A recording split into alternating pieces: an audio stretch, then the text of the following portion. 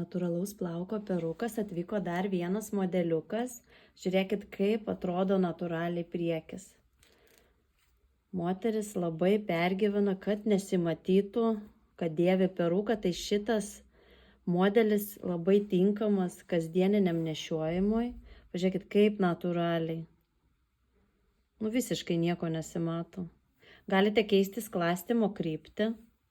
Viduje taip pat yra oda. Labai natūraliai atrodo. Parodysiu iš arčiau spalvytę. Labai gražus rogavimas. Čia yra S dydžio kepurytė, mažai galvai. Yra klipsiukai. Kas turi plaukų, segasi prie plaukučių. Kas neturi, tiesiog reikia nuardyti. Uždėsiu ant manekeno.